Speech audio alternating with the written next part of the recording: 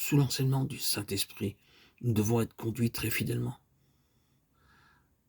Nous devrons arriver à la place où nous nous laisserons parfaitement ajuster devant Dieu, où le Saint-Esprit aura toute liberté en nous, où il ne se trouvera rien en nous qui résiste au Saint-Esprit, ou qui le refuse, et où nous serons entièrement ouverts au Saint-Esprit et prêts à accepter les conséquences les plus grandes lorsqu'il mettra le doigt sur une chose qui, dans notre vie, a besoin d'être mise en ordre et ajustée.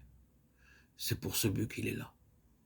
Si nous ne permettions pas au Saint-Esprit d'accomplir une telle œuvre en nous, nous nous trouverions dans une fausse position.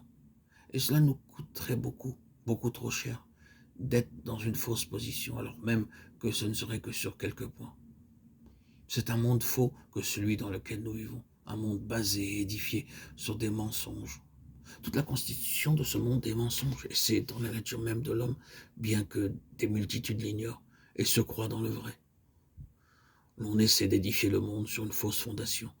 Le royaume de Dieu est entièrement autre. Il est édifié sur Jésus-Christ qui est la vérité.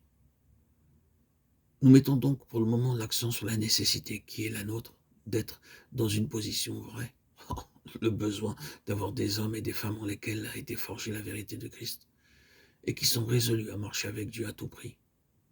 Qui pourra monter à la montagne de l'Éternel? Qui pourra monter à la montagne de l'Éternel? C'est celui qui dit la vérité telle qu'elle est dans son cœur, qui, s'il a juré, fût à son préjudice, ne change rien à son serment.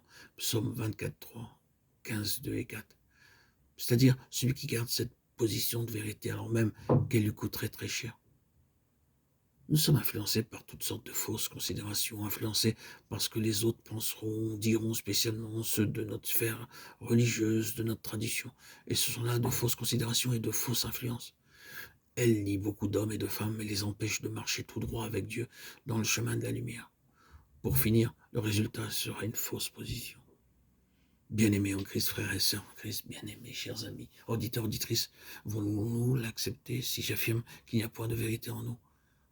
C'est un fait, c'est l'une des choses que nous découvrirons par l'action du Saint-Esprit en nous, qu'il n'y a naturellement point de vérité dans nos propres sentiments. Nous pouvons être des plus fermement convaincus, nous pouvons être prêts à donner notre vie pour nos convictions et à mettre tout dans le creuset pour ce que nous croyons de toutes nos forces, être juste, être vrai, tout en pouvant dans cette chose même nous tromper complètement. Il en fut ainsi pour Saül de Tarse. Moi-même, il est vrai, j'avais cru qu'il fallait combattre par tous les moyens le nom de Jésus de Nazareth. Acte 26, 9. Et encore, l'heure vient où quiconque vous fera mourir croira rendre un culte à Dieu. Jean 16, 2.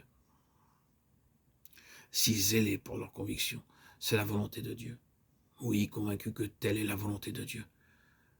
Les uns sont prêts à donner leur vie dans la force de leur conviction, tandis que les autres sont prêts à enlever à d'autres leur vie dans la force de leur conviction.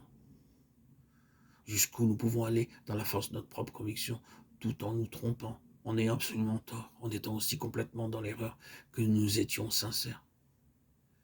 Une fausse conviction, oui. Il n'y a point d'esprit humain qui ne puisse se trouver dans cette situation.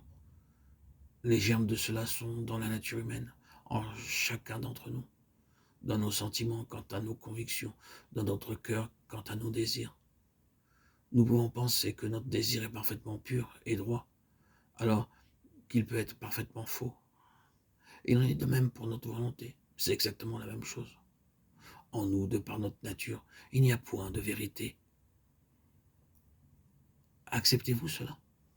Comprenez-vous ce que je vous dis? Et c'est que par l'action du Saint-Esprit que vous découvrirez ce fait